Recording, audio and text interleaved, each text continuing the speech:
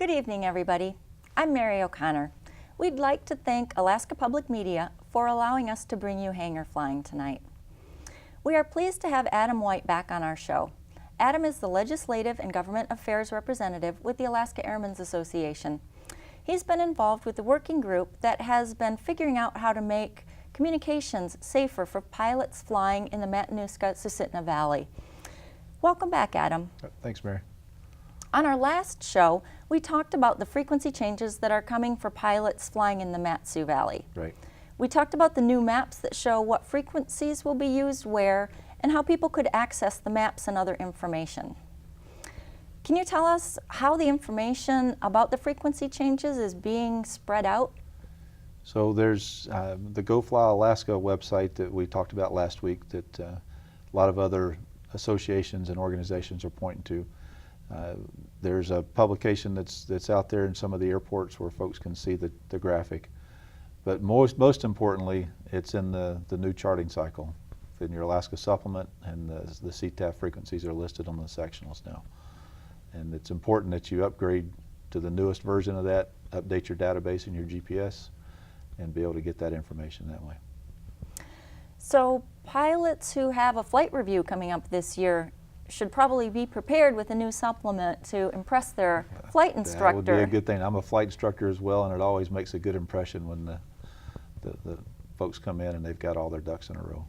But again, that brings up a very good point that if your flight instructor doesn't talk about this during a flight review, here's your chance to show them how smart you are and educate them. So yeah, it's a good way to do that. Very good. Is there any way to track the pilots that have had problems with the new area frequencies? Or what if a pilot wants to talk to a live person? Say if his flight instructor doesn't know Right. or isn't familiar, where can he find out information? Well, thanks to the Alaska Aviation Safety Foundation, you guys have been able to set up a place on your website where people can go and ask questions, they can give us feedback.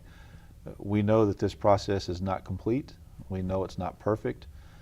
But we feel like we've done a lot of hard work to get it to where we are now, and we do need that feedback. We really, really do, and we're asking for it. That folks let us know where they see some potential conflicts coming up because of this, or if they see some areas that could be improved, or if they just are curious, why did you put the line here, and why is this particular area inside the 22.8 zone versus the 22.9? And we'd be more than willing to go back and get back in touch with you and have that conversation. Because if you don't know and you don't understand, then we failed in what we were striving for. And as you brought up the point about why some of the boundaries are why they are, I've been Right. to a couple presentations and there's been a lot of questions in particular about the boundary that runs west along the river. Yes. Why doesn't that go straight down the river? Well, that was a very long discussion when that came up. And when you think about what we're trying to accomplish, and if we were to put the line down the center of the main channel, we know what happens when weather starts to degrade. People go to the areas they know, they go to a landmark that they know will take them the direction they're going, and the Susitna River is one of those landmarks. And we didn't want to have a situation where people were flying north and south along the river, and if the line was right on the river, somebody on the west bank was on one frequency and somebody on the east bank would be on another, but yet we could only have 30 to 50 feet clearance between wingtips. And that's the very thing we're trying to avoid. So what we did is we took that boundary and moved it to the west side of the river a mile or so, and again, it's arbitrary as to where that is, but close proximity to the west bank, so that if you were along the river, everybody's on the same frequency. And so that was one of the things that was a lot of discussion during the whole working group. That's a great idea. So the boundaries aren't necessarily carved in stone. If there are problem areas or there need to be revisions, that's always something that can happen later? It can be, yeah. And you know, this is not the only area of the state we're looking at. There's other areas, hotspots, that are on the list to go back and do this same type of thing with. And we know this process is not done for the Mat-Su, but we needed to get something that was workable, that was doable, and was a good product before this year's flying season, because the last thing any of us wanted to do was to go through another flying season with the confusion that we've had through the years. Exactly.